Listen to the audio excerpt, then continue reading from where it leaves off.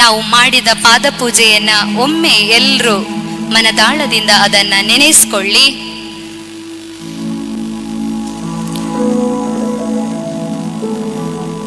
ಮನೆಯಲ್ಲಿ ಅಪ್ಪ ಅಮ್ಮ ನೋಡ್ಕೊಂಡ್ರೆ ಶಾಲೆಯಲ್ಲಿ ಶಿಕ್ಷಕರಿಲ್ವಾ? ಆ ಶಿಕ್ಷಕರಿಗೊಂದು ಗೌರವ, ಅವರಿಗೊಂದು ಕೃತಜ್ಞತೆಯನ್ನು ನಾವು ಹೇಳಲೇಬೇಕಲ್ಲ.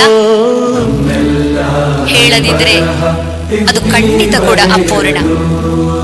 ಹಾಗಾಗಿ ಎಲ್ಲ ಶಿಕ್ಷಕರು ವೇದಿಕೆಗೆ ಬರಬೇಕು. ಆಡಳಿತ ಮಂಡಳಿಯವರಿದ್ರು ಕೂಡ ವೇದಿಕೆಗೆ ಬನ್ನಿ. ಸಾರಥಿ ಬಂಧುಗಳಿದ್ರು ಕೂಡ ವೇದಿಕೆಗೆ ಬನ್ನಿ. ಇದೀಗ ನಮ್ಮನ್ನ ತಿದ್ದಿ ತೀಡಿ ಪ್ರತಿ ಕ್ಷಣದಲ್ಲೂ ನಮ್ಮನ್ನ ಹರಸಿದಂತಹ ಶಿಕ್ಷಕರನ್ನು ನಾವು ಮರೀಲಿಕ್ಕೆ ಸಾಧ್ಯ? ಮಾತಾ ಪಿತಾ ಗುರು ಭವಿಷ್ಯ ಬರೆವಂತ ತಂದೆಯೇನೋ ಆಗಿ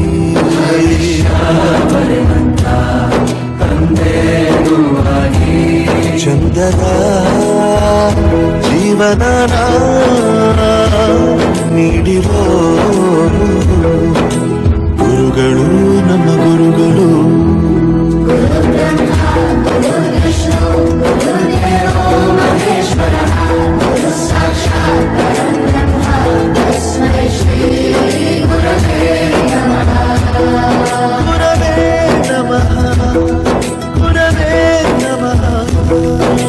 ಬಳಪ ಹಿಡಿದ ಭಗವಂತ ಇರುತ್ತಾನೆ ನಮ ಸುತ್ತ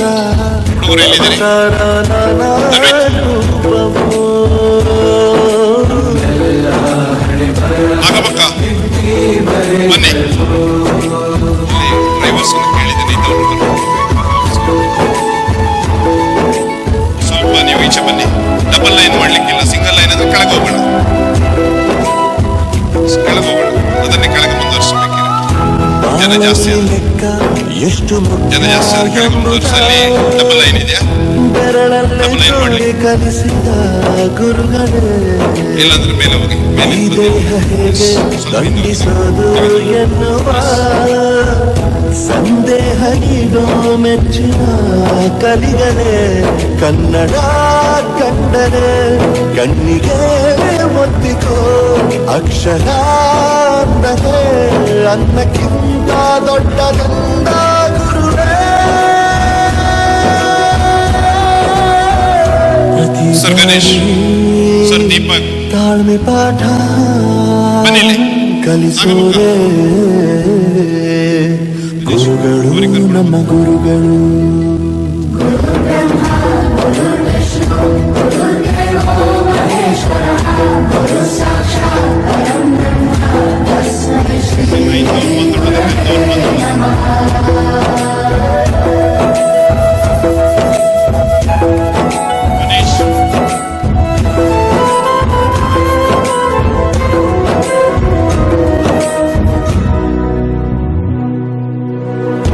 ಇತಿಹಾಸದಲ್ಲಿ ಆತ ತಪ್ಪು ತಿಳಿಸುತ್ತಾ ನಮ್ಮೆಲ್ಲ ನಾಳೆ ರೂಪಿಸೋ ಋಷಿಗಳೇ. ಭೂಗೋಳದಲ್ಲಿ ಕಕ್ಷೆಯಲ್ಲಿ ತುಂಬಿದ ವಿಜ್ಞಾನ ಜ್ಞಾನ ತಿಳಿಸಿದ ಹಿರಿಯರೇ. ಮಾನವ ಲೋಕಕ್ಕೆ ಸತ್ಯದ ಶಾಂತಿಯ ಸ್ನೇಹದ ಪ್ರೀತಿಯ ಮಾರ್ಗದರ್ಶಿ ಮಾರ್ಗ ಸೂಚಿ ಗುರುವೇ.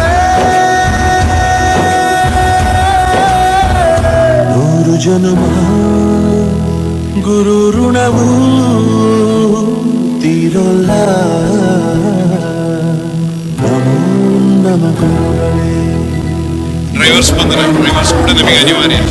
ನಮಗಿಂತ ಜಾಸ್ತಿ ಜಾಗೃತಿಯಲ್ಲಿ ನಿಮ್ಮ ಮಕ್ಕಳನ್ನ ಕರ್ಕೊಂಡು ಬಂದವರು ಚರಿಷ್ಮ ಸ್ವಲ್ಪ ಎದುರು ಬರಬೇಕು, ಸವಿತಾ ಸ್ವಲ್ಪ ಎದುರು ಬರಬೇಕು, ನಾರಾಯಣ ಸ್ವಲ್ಪ ಎದುರು ಬರಬೇಕು, ಸ್ವಲ್ಪ ಎದುರು ಬರಬೇಕು. ಭೂಗೋಳದಲ್ಲಿ ಕಕ್ಷೆಯಲ್ಲಿ ತುಂಬಿದ ಸೌಮ್ಯ ನಮ್ಮ ಇವತ್ತಿನ ಅತಿಥಿಗಳನ್ನು ಜ್ಞಾನ ಜ್ಞಾನ ತಿಳಿಸಿದ ಹಿರಿಯರೇ.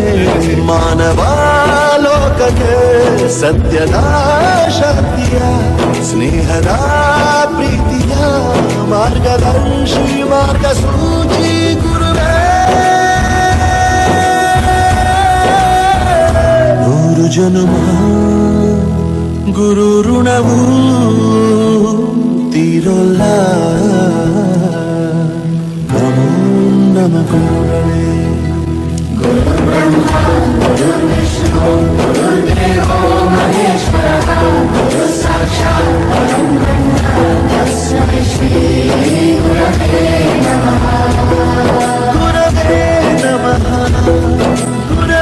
ಈಗ ಪೋಷಕರು ಮತ್ತು ಮಕ್ಕಳೆಲ್ಲ ಒಮ್ಮೆ ಕೈ ಜೋಡಿಸಿ ನಿಲ್ತೀರಾ?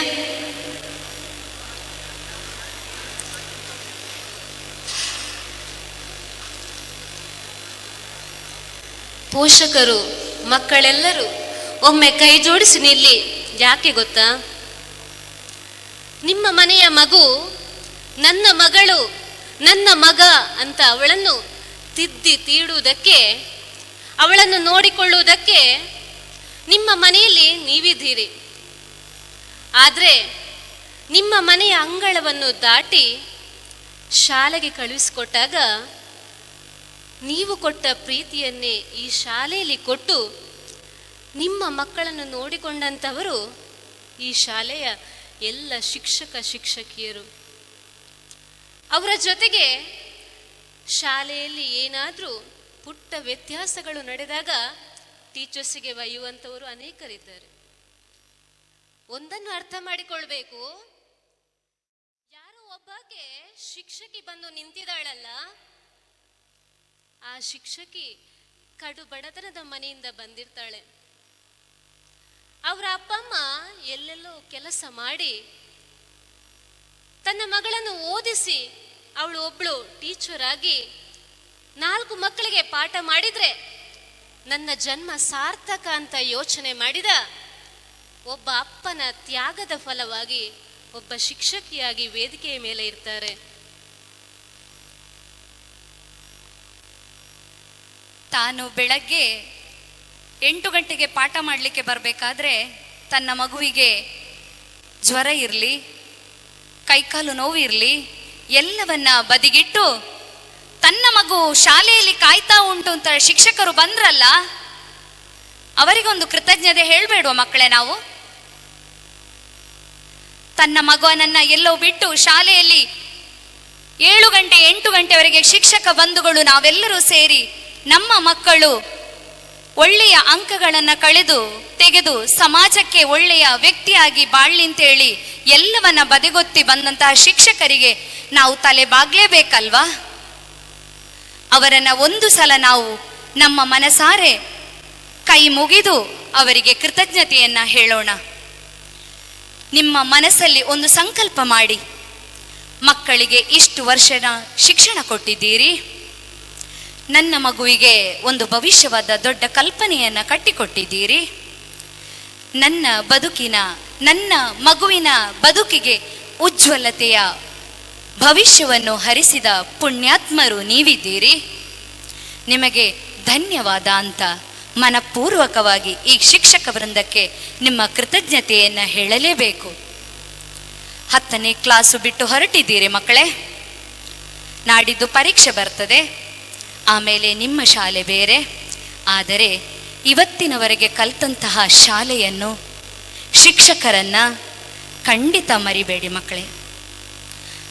ಮಗು ಶಾಲೆಗೆ ಬಂದಂತಹ ಕ್ಷಣದಲ್ಲಿ ಇಲ್ಲಿಯ ಸಿಬ್ಬಂದಿಗಳು ಗುಡಿಸ್ತಾ ಇರಬೇಕಾದ್ರೆ ಈ ಮಗು ಯಾಕಪ್ಪ ಗುಡಿಸುವಲ್ಲಿ ಬಂತು ಅಂತ ಅನ್ಕೊಳ್ಳಿಲ್ಲ ಮಕ್ಕಳೇ.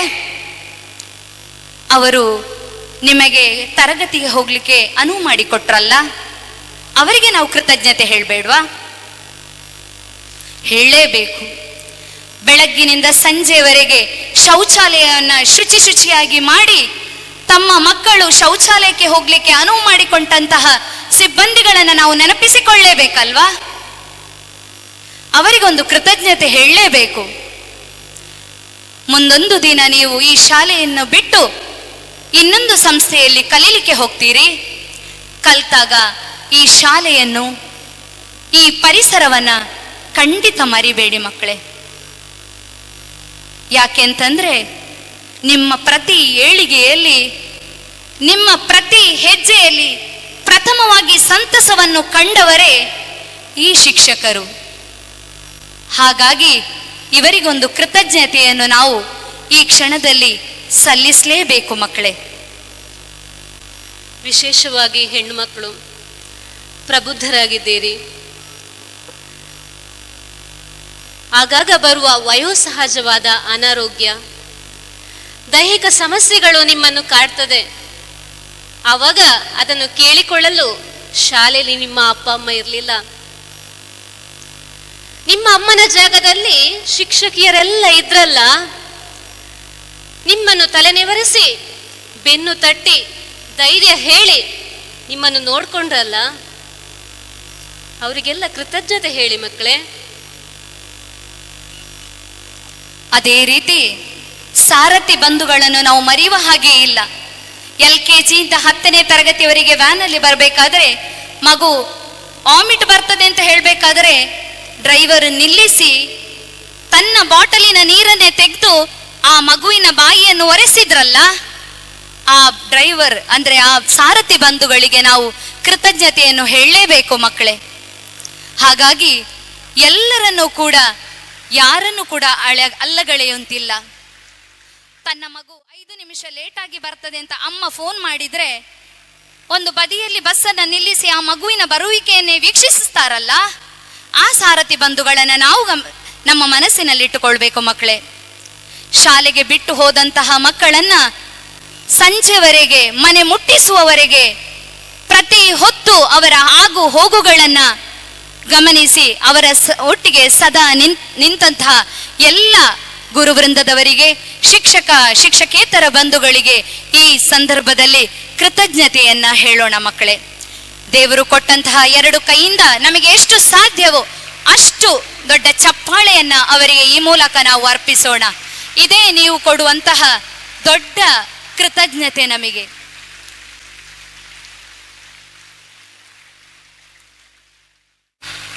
ಆಶ್ವಾಸನೆ ನಮಗಿದೆ ಮಕ್ಕಳೇ. ಮುಂದೊಂದು ದಿನ ನೀವು ಸಮಾಜದಲ್ಲಿ ಒಳ್ಳೆಯ ವ್ಯಕ್ತಿಯಾಗಿ ಮುನ್ನುಗ್ಗಿ ಬರ್ತಿರುವನ್ನಂತಹ ಭರವಸೆಯೊಂದಿಗೆ ಕಡೆಯ ಮಾತು.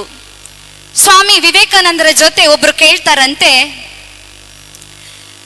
ನಿಮ್ಮ ಗುರುಗಳಿಗೆ ಎಷ್ಟು ಶಿಷ್ಯರನ್ನ ಮಾಡ್ಲಿಕ್ಕೆ ಸಾಧ್ಯ ಅಂತ, ನಿಮ್ಮ ಗುರುಗಳ ಪವರ್ ಏನು ಅಂತ.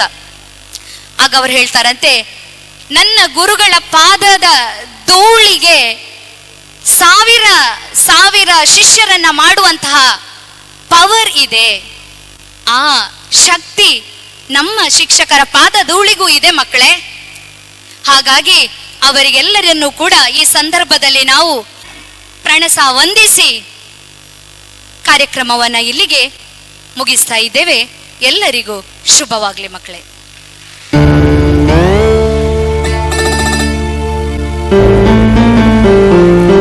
ಎಲ್ಲರೂ ತಮ್ಮ ತಮ್ಮ ಆಸೀನವನ್ನ ಸ್ವೀಕರಿಸಬೇಕಾಗಿ ಕೇಳಿಕೊಳ್ತಾ ಇದ್ದೇವೆ. ಮುಂದೆ ಕಾರ್ಯಕ್ರಮವನ್ನ ಮುಂದುವರಿಸಲಿದ್ದೇವೆ. ಶಿಕ್ಷಕರು ಕೂಡ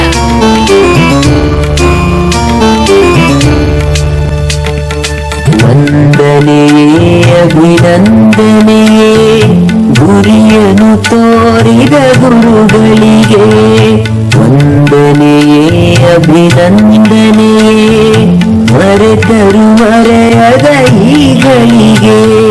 ನಮ್ಮಯ ಕಣ್ಣಲ್ಲಿ ನಾಳೆಯ ಸುಂದರ ಭಾರತವನ್ನೇ ಕಂಡವರು, ಕಲಿಸುತ್ತ ಕನ್ನಡ ಕಸ್ತೂರಿಯನು ಪ್ರತಿಫಲ ಬಯಸದೆ ಹೊರಟವರು. ಮರೆಯಲು ಸಾಧ್ಯವೇ ನಿಮ್ಮ ಹೆಸರು, ವಂದನೆಯೇ ಅಭಿನಂದನೆಯೇ, ವಂದನೆಯೇ ಅಭಿನಂದನೆಯೇ ಗುರಿಯನ್ನು ತೋರಿದ ಗುರುಗಳಿಗೆ.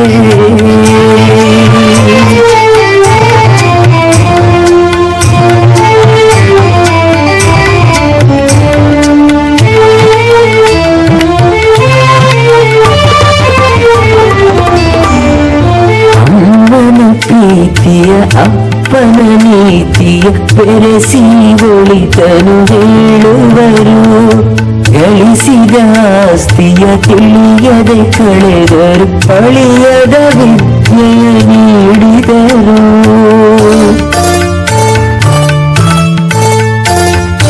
ಬಡವ ಬಲ್ಲಿದ ಎನ್ನದೆ ಎಲ್ಲರೂ ಸ್ನೇಹದಿ ಬೆಳೆಯಿರಿ ಎಂದವರು, ತಿಳಿಯದೆ ಶಿಷ್ಯರು ಮಾಡುವ ತಪ್ಪನು ಕ್ಷಮಿಸುವ ದೇವರ ಗುಣದವರು. ಬದುಕಿಗೆ ಹಿನ್ನುಡಿ ಗೆಲುವಿಗೆ. ಖುಷಿನ ಮುಖ್ಯವಾಗಿ ಟೀಚರ್ಸ್ಗೆ ಈಗ ಏನು ಕೊಡ್ತಾ ಇದ್ದಾರೆ ದೀಪ, ಸಾಮಾನ್ಯವಾಗಿ ನಾವು ಹುಟ್ಟಿದಾಗಿಂದ ತಗೊಳ್ಳೋದೇ ಆಗಿರುತ್ತೆ. ಮನೆಯಿಂದ ಇಡ್ಬೋದು, ಎಲ್ಲ ಸೌಲಭ್ಯಗಳಿರ್ಬೋದು. ಸೊ ಇನ್ನು ಮುಂದೆ ಹೆಚ್ಚು ಕೊಡುವ ಶಕ್ತಿ ನಮ್ಮಲ್ಲಿ ಜಾಸ್ತಿ ಆಗಬೇಕು. ವಿದ್ಯಾರ್ಥಿಗಳಾಗ್ಬೋದು, ಈಗ ಸ್ವೀಕಾರ ಮಾಡ್ತಾ ಇರುವಂತಹ 9ನೇ ತರಗತಿ ವಿದ್ಯಾರ್ಥಿಗಳು ಜವಾಬ್ದಾರಿಯನ್ನು ತಗೋತಾ ಇದ್ದಾರೆ. ದೀಪ ಆ ಕಡೆಯಿಂದ ಕೊಡ್ತಿರುವಂತಹ 10ನೇ ತರಗತಿ ವಿದ್ಯಾರ್ಥಿಗಳು ವಾಪಸ್ what can we give back to the school, ಒಂದು ಅಲುಮ್ನೈ ತಂಡವನ್ನು ಗಟ್ಟಿ ಮಾಡುವಂಥದ್ದು. ವಾಪಸ್ ನಾವು ಈ ಸ್ಕೂಲ್ಗೆ ಏನು ಕೊಡ್ಬೋದು ಅಂತಲೂ ಯೋಚನೆ ಮಾಡ್ಬೋದು. 10 ವರ್ಷ ಇದ್ವಿ, ಎಷ್ಟೊಂದು ಅನಿಸಿರ್ಬೋದು ನಮಗೆ ಈ ಸ್ಕೂಲಲ್ಲಿ ಇನ್ನೂ ಚೆನ್ನಾಗಿ ಆಗ್ಬೋದಿತ್ತು ಈ ವ್ಯವಸ್ಥೆ ಅಂತ. ಈಗ ನಮಗೊಂದು ಒಳ್ಳೆಯ ಅವಕಾಶ ಅಲ್ವಾ, ವಾಪಸ್ ನಾವು ಈ ಶಾಲೆಗೆ ಆ ವ್ಯವಸ್ಥೆಯನ್ನು ಚೆನ್ನಾಗಿ ಮಾಡಿಕೊಡುವ ಒಂದು ನಿಟ್ಟಿನಲ್ಲಿ ನಾಯಕತ್ವ ವಹಿಸುವಂಥದ್ದು. We can take leadership role in to making things better for our upcoming future juniors. So ಇನ್ನು ಕೊಡುಗೆ ನಮ್ಮಲ್ಲಿ ಹೆಚ್ಚು ಆಗಲಿ ಅಂತ ಹೇಳ್ತಾ ಬೆಸ್ಟ್ ವಿಶಸ್. ಮತ್ತೆ ಬರಬಹುದೇ ಆ ಚಿನ್ನದ ದಿನಗಳು, ನಮ್ಮ ಶಾಲೆಯ ಸವಿ ನೆನಪುಗಳು, ಗೆಳೆಯರ ಬಳಗ, ಗುರುಗಳ ಪಾಠ, ಕಳೆದು ಹೋದರು ಮರೆಯಲಾಗದು ಆಟ ಪಾಠ.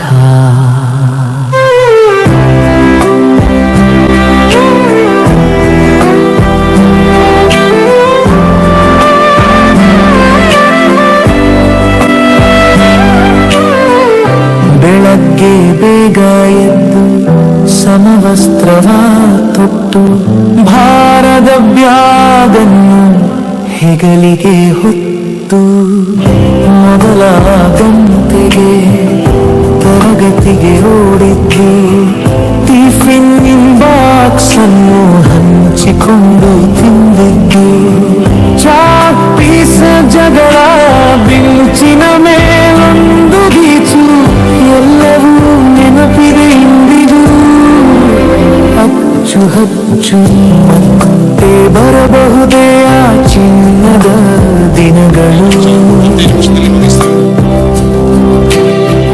ನಮ್ಮ ಶಾಲೆಯ ಸವಿ ನೆನಪುಗಳು, ಗೆಳೆಯರ ಬಳಗ, ಗುರುಗಳ ಪಾಠ, ಕಳೆದು ಹೋದರು ಮರೆಯಲಾಗದು ಆಟ ಪಾಠ.